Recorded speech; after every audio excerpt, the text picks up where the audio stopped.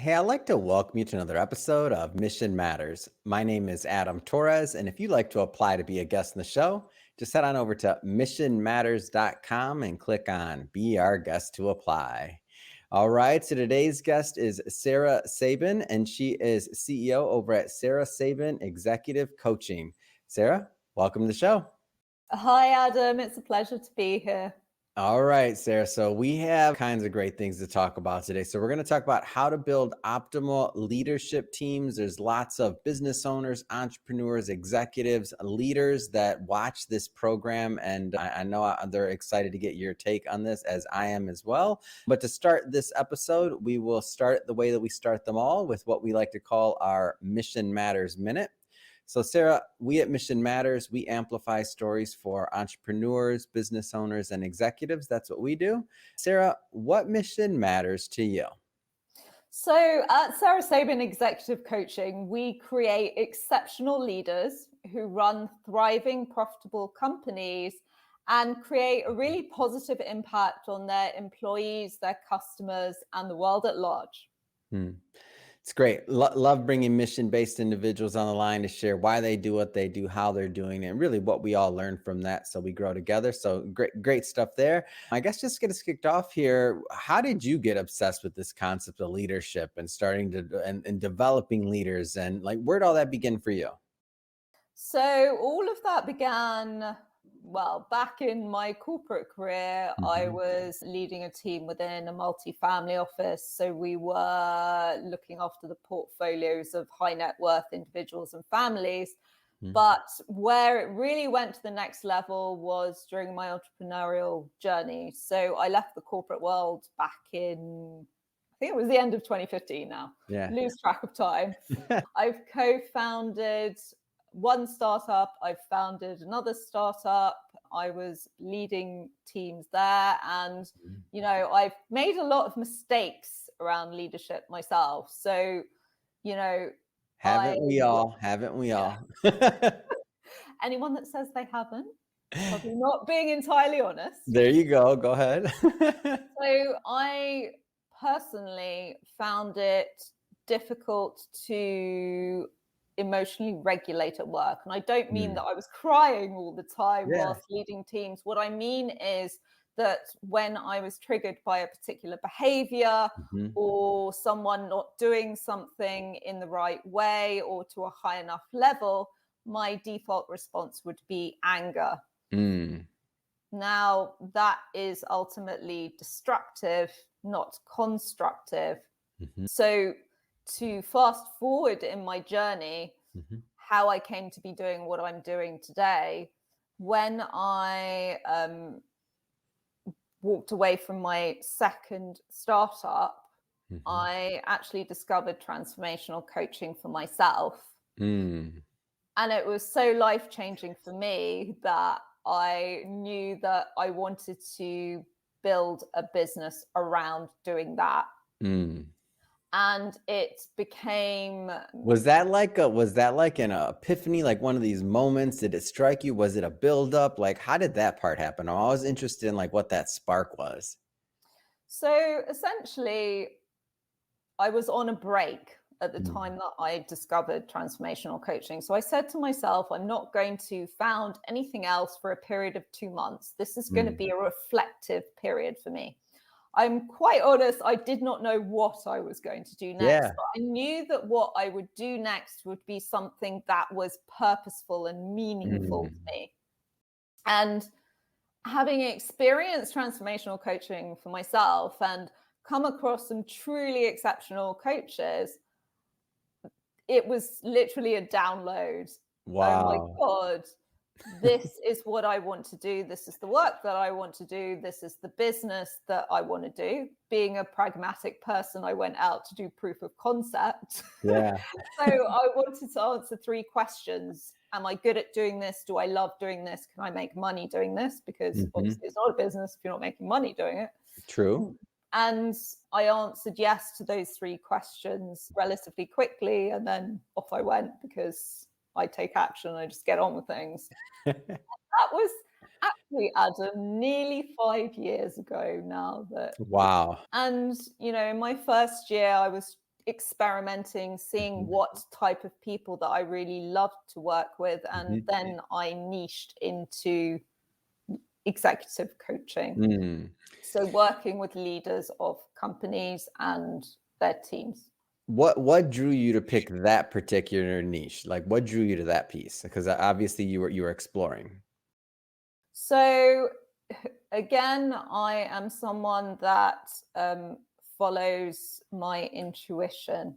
Hmm. And I'm happy to explain all the neuroscience but behind intuition. It's not just a sort of woo-woo concept, but it was something that I felt pulled towards doing. Hmm. Again, I experimented with it. Okay, let's work with leaders and let's see if this really appeals to me. And it did. And the reason why it does is because I love working with high performers, Hmm.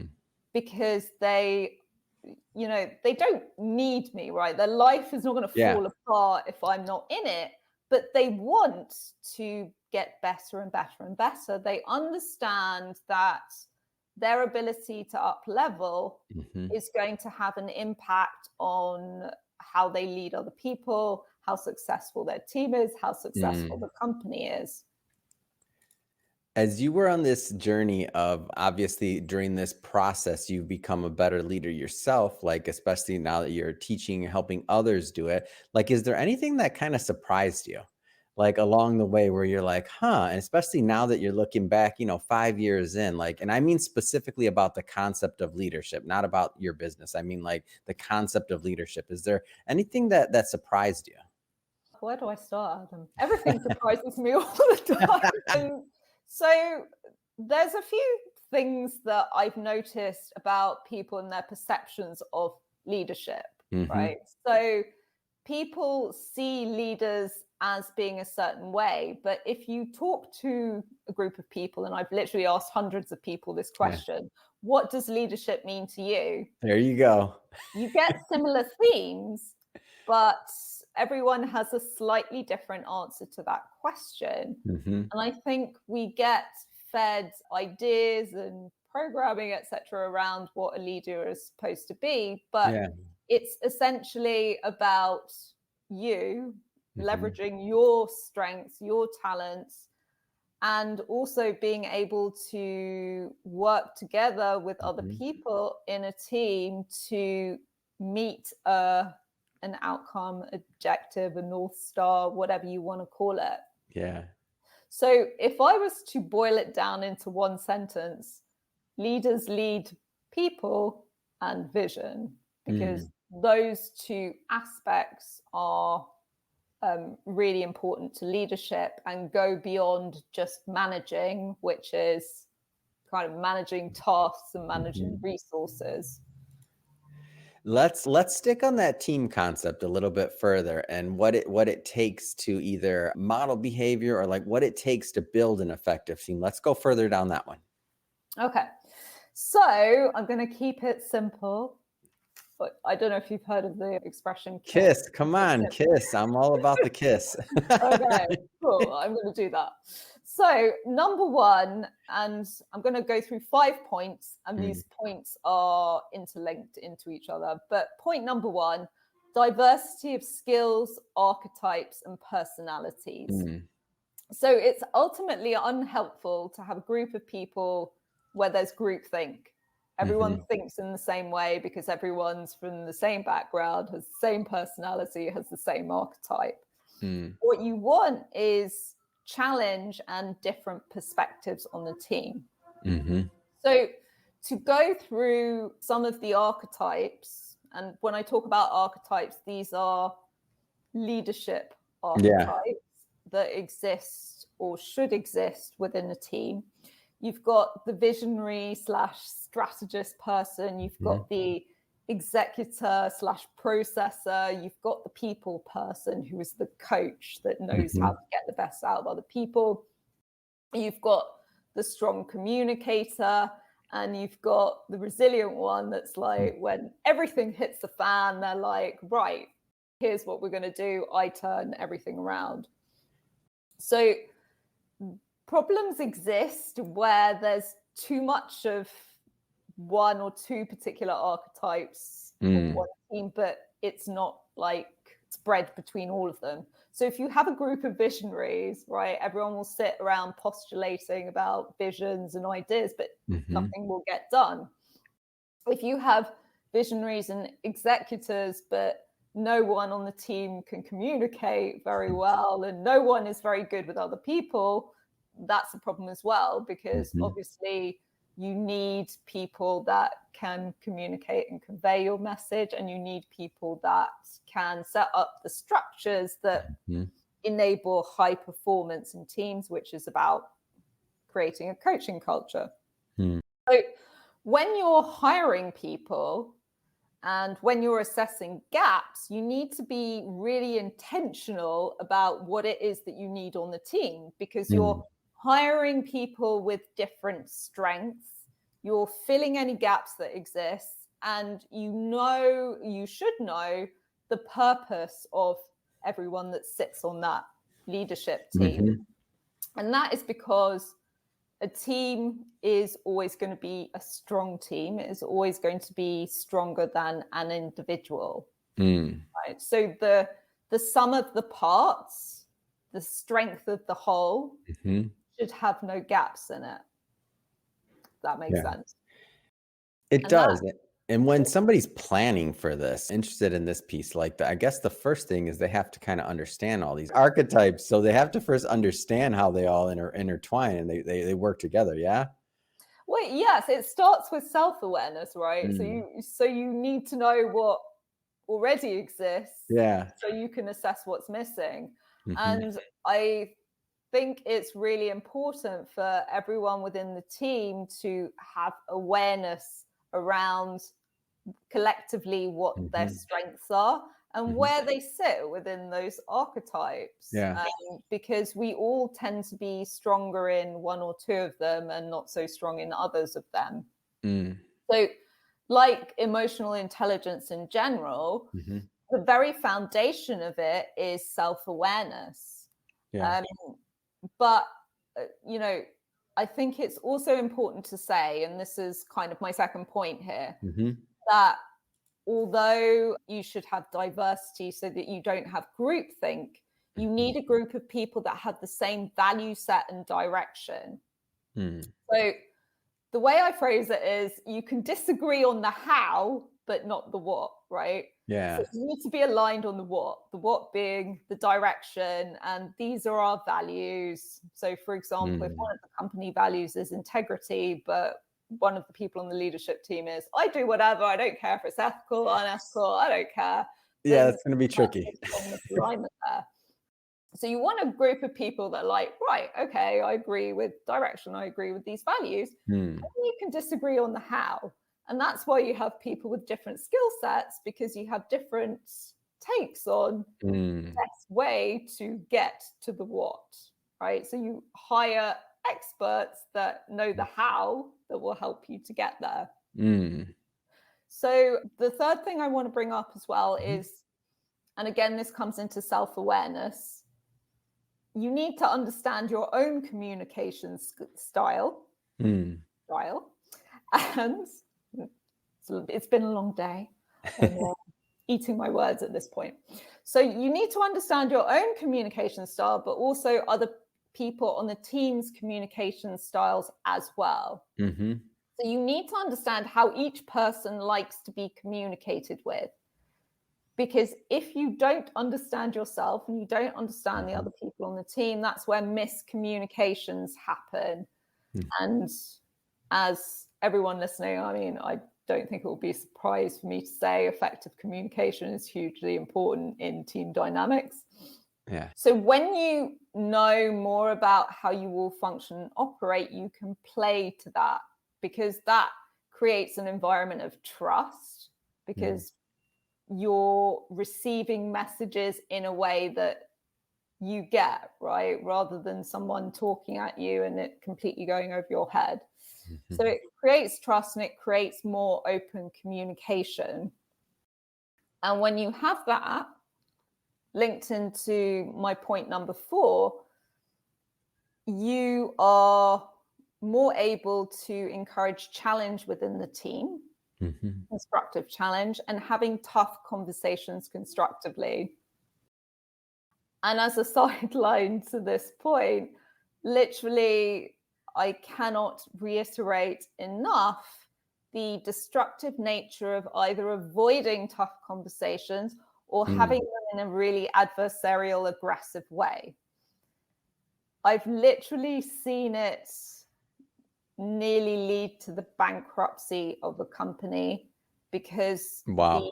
the leadership team couldn't communicate with each other without it descending into some kind of altercation. That's a tough environment for everyone. Like that's not, Yeah, I mean, and when it gets to that stage, Yeah. basically everyone starts acting selfishly, right? They start acting in their own interest, not in the You're company. defensive. It's natural. We're humans, right? You're defensive. If you feel you're being attacked at some point, you got to go on the defense, right? Yeah, exactly. And Which doesn't necessarily lead to moving forward. It leads to bankruptcy. Exactly what you just said, or potential.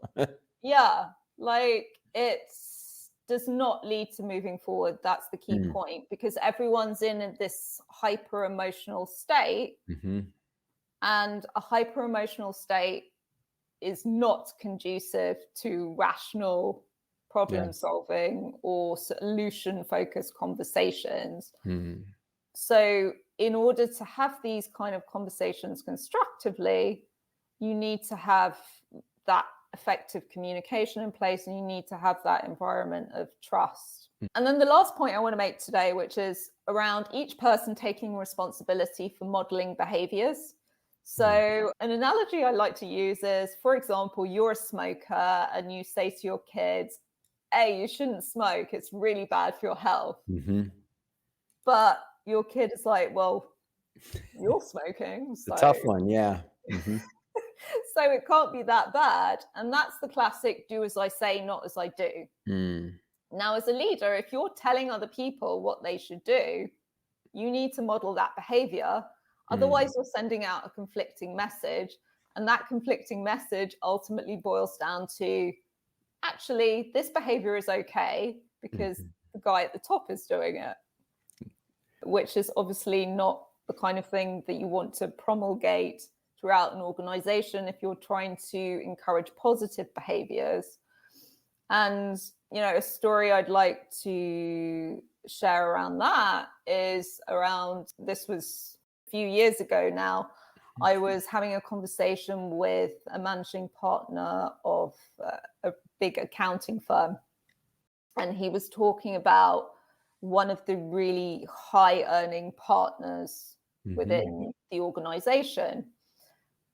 Now, obviously, that partner was making the firm a lot of money. However, he was very toxic in a work environment to his team, to those around him. So he was creating a lot of problems. Now, they decided to get him coaching. He didn't change his behaviors, and they actually ended up firing him. Wow. Now, the reason behind that is because if you allow toxic behavior that is counter to the values to go unchecked, A, you delegitimize the values, and B, you say to people, this behavior is okay as long as you're making a lot of money. Yeah. So it's really important. Again, this was an example of modeling behaviors, because you're modeling behavior of, we stick to our values, we stick to the kind of principles that we've set for ourselves as a firm. And so as you're working with leaders on this and they're going through your process, I mean, one of the main things that I feel that why somebody goes through this wanting to become better leader as well is to achieve more. Like, how does this work into achievement and into leading high performing teams? Like, give us a little bit more on that. Well, essentially, there's two parts to being a leader. Leaders have functions, right? If you're a COO, you're responsible for operations. If you're a CTO, you're responsible for technology, et cetera, et cetera. But essentially, what you're really responsible for is leading people. And that can sometimes be the element that's missing, or and I will preface this with, some people really have a natural talent for it. So I've had clients that intuitively understand how to get the best out of people, but still you can always develop that further. And those where that skill was underdeveloped because it just hadn't been worked on enough. Essentially, development is a constant thing. If you're thinking about your area of specialty, let's say, let's go back to the CTO example, you're going to keep up with the latest developments in the technology space. Otherwise, at some point, you'll become irrelevant. So why wouldn't that not apply to keeping up with the latest trends in the leadership space? As things become more volatile, as things become more uncertain, as the younger generations go through the workplace, essentially doing what you've always done. Maybe it did work once, maybe it didn't, but there could be new and better ways of doing things that you haven't necessarily taken the time to reflect on or to access. So if you do that, the more you develop, the more likely you are to be successful in any area of life. And if you are stopping developing, you're essentially stopping progress. Yeah, as I'm sitting here thinking about like leadership and like how people want to become like better leaders, I feel like even in the example you said where maybe the gentleman wasn't the best fit for the culture or otherwise, and they ultimately had to let him go. I feel like maybe I'm wrong. You tell me. You've been doing this for many years and you've worked with many people. We all want to become better leaders, right? Like it's not that anybody wants to do a bad job. It's just sometimes we have to upskill. We have to get better. We have to look for new resources, new tools, new ways to think about leadership, and figure out how to make ourselves. It's kind of like this internal struggle of what we do well, complement it, and get better at other parts as well. Like, am I off on any of that? Like people want to be good leaders, right? Or am I off? I could be off. You tell me. I could be off. That's just my thought process. But you're in the trenches, so I don't know. So a lot of people want to. They want. Oh, that's good. They want to. Okay, thank you. Go ahead, please. Okay. So let me put that into an analogy. I love analogies, as you may have gathered. So let's say you want to, in inverted commas, lose weight, right? But actually, you're not really doing anything to lose weight. You're still that's good. going to McDonald's and you're not really moving. You have a sedentary lifestyle and you're eating a load of bread like all the time. But if someone said to you, do you want to lose weight? You'd be like, well, of course I want to lose weight. Who wouldn't want to lose weight? Right? So that's the want to, right? Because when you really want to, you put in the work. Yeah. Right? You eat well, you exercise, I don't know, whatever. Do what you need to do. Yeah. Oh, that's interesting. So it's your actions. Your actions are going to show, right? Like what you're doing. Exactly. And that comes actually back to modeling behaviors. It's all very well to say you should do this, but actually if you're not actually doing the actions that demonstrate that, it's just a load of words. That's great, Sarah. This has been a lot of fun. I mean, I've learned a lot about your process, and learned a lot about your thought process on leadership in general, what it takes to build highly effective and performing teams. I know there's so much more you have to give and to offer. So first off, what's next? I mean, what's next for you? What's next for your company? Like what's next? Well, actually, I'm gonna make a joke here. I was saying before this interview started that my next career move would be a singer, but that is a joke because I am terrible at singing. Okay. No, in all seriousness, I intend to carry on doing what I'm doing. Yeah. I love what I'm doing. I love working with leaders. I love guiding them through transformation and change and seeing the impact that has on their team, their company, their profitability. So my plans for the future are to also personally develop myself and also grow my company as well. It's amazing. It's great. Well, and how do people connect with you? How do they follow up? How do they learn if they're interested in following your journey or inquiring as well about executive coaching or otherwise? How do people connect? So I'm very active on LinkedIn under the name Sarah Caroline Sabin, and my website address is sarahsabin.com. Perfect. And for everybody watching, just so you know, we'll put the links and all that good stuff in the show notes so that you can just click on them and head right on over. And speaking of everybody watching or listening to this, if this is your first time with Mission Matters, this is a daily show. Each and every day, we're bringing you new entrepreneurs, new thought leaders, new messages, new missions. If that sounds interesting to you, definitely hit the subscribe or follow button. Like, make sure that you're getting the notification so that you can get that reminder each and every day when we bring a new thought leader on for you. And Sarah, thank you so much. This has been so much fun, and I want to become a better leader. You have been inspiring in this. And for those that are out there that want, I'm not even going to do how many wants that was. Re-listen to this and let's all become better leaders. So thank you again, Sarah, for coming on. This has been so much fun.